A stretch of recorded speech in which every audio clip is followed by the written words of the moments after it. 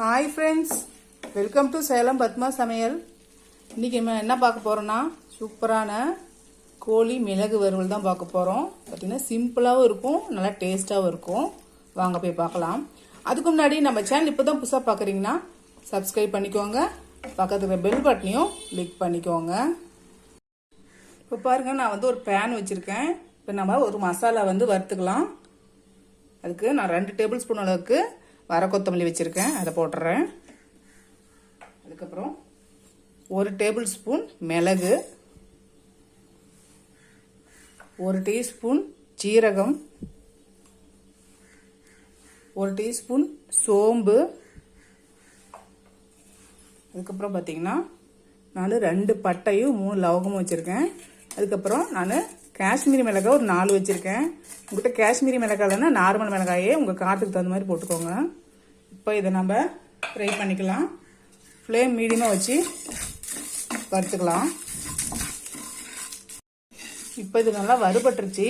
இப்போ இதை ஆற வச்சு மிக்ஸி ஜாருக்கு மாற்றிக்கலாம். இப்போ பாருங்கள் அந்த மசாலா நல்லா ஆறிடுச்சு. இது நான் நைஸாக அரைச்சி எடுத்துகிட்டு வந்துடுறேன். இப்போ பாருங்கள் மசாலா நான் இந்த அளவுக்கு ரொம்ப நைஸாக இல்லாமல் இந்த அளவுக்கு அரைச்சிக்கலாம். அப்போ தான் கொஞ்சம் டேஸ்ட்டாக இருக்கும். இதை நான் ஒரு பவுலுக்கு மாற்றிக்கிறேன். இப்போ நான் மறுபடியும் அதே மிக்ஸி ஜார் வச்சுருக்கேன். இப்போ இதில் நான் ஒரு 10 சின்ன வெங்காயம் உரிச்சு வச்சுருக்கேன், அதை சேர்த்துட்றேன். அதுக்கப்புறம் ஒரு சின்ன துண்டு இஞ்சும் ஒரு 10-12 பல்லு பூண்டும் வச்சுருக்கேன். இப்போ இதை நான் நைஸாக அரைச்சி எடுத்துக்கிறேன். இப்போ மறுபடியும் பாருங்கள் பேன் வச்சுருக்கேன். இப்போ இதில் நான் ஒரு 3 டேபிள் ஸ்பூனுக்கு எண்ணெய் வச்சுருக்கேன், ஊற்றுறேன். இப்போ இதில் நான் ஒரு பெரிய சைஸ் வெங்காயம் இந்த மாதிரி பொடிசாக கட் பண்ணி வச்சுருக்கேன், அதை சேர்த்துட்றேன்.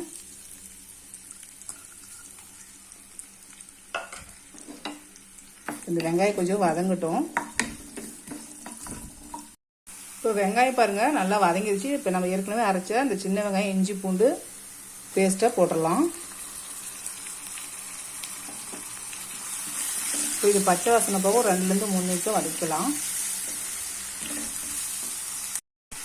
இப்போ இது நல்லா பச்சை வாசனை போயிடுச்சு. இப்போ நான் ஒரே ஒரு தக்காளி கட் பண்ணி வச்சுருக்கேன், அதை போட்டுறேன். அதுக்கப்புறம் கொஞ்சமாக கருவேப்பிலை. இந்த தக்காளி வதங்கட்டும். இப்போ தக்காளி நல்லா வதங்கிருச்சு. இப்போ நான் 1/2 கிலோ அளவுக்கு சிக்கனு இந்த மாதிரி மஞ்சத்தூள் போட்டு கழுவி வச்சுருக்கேன். இப்போ நான் அதை சேர்த்துட்றேன்.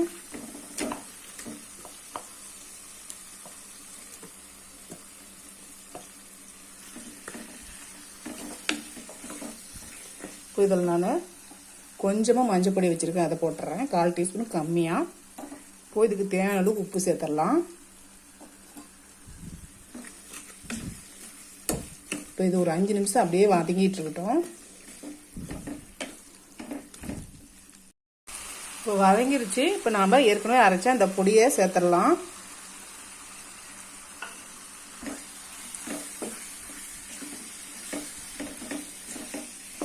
இது ஒரு மிக்ஸ் கொடுத்துடலாம் நல்லா.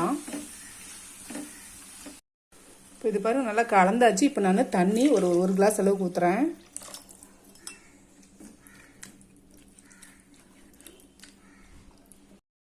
இப்போ நான் இதை மூடி ஒரு மீடியம் ஃப்ளேமில் ஒரு 10 நிமிஷம் நான் நல்லா கொதிக்க வைக்கிறேன். கொஞ்சம் கறி வெந்துடும். இப்போ ஓப்பன் பண்ணிக்கலாம். ஒரு 10 நிமிஷம் கொதிச்சிருச்சு.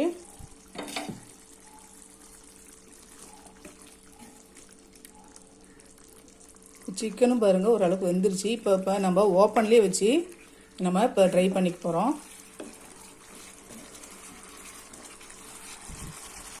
இப்போ பாருங்கள் ஓரளவுக்கு நமக்கு தண்ணி சிந்திடுச்சு. உங்களுக்கு இந்த ஸ்டேஜில் வேணுனாலுமே நான் மல்லித்தலை போட்டு இறக்கிடலாம்.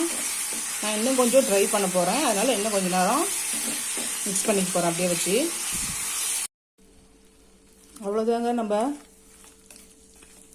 மிளகு வறுவல் ஓரளவுக்கு ரெடி ஆயிடுச்சு. இன்னும் ட்ரையாக வேணால் கூட நம்ம ட்ரை பண்ணிக்கலாம்.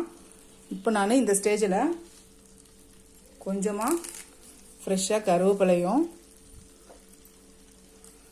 கொஞ்சமாக மல்லி இலை போட்டு இறக்குனா சூப்பராக நம்ம கோழி மிளகு வறுவல் ரெடிங்க.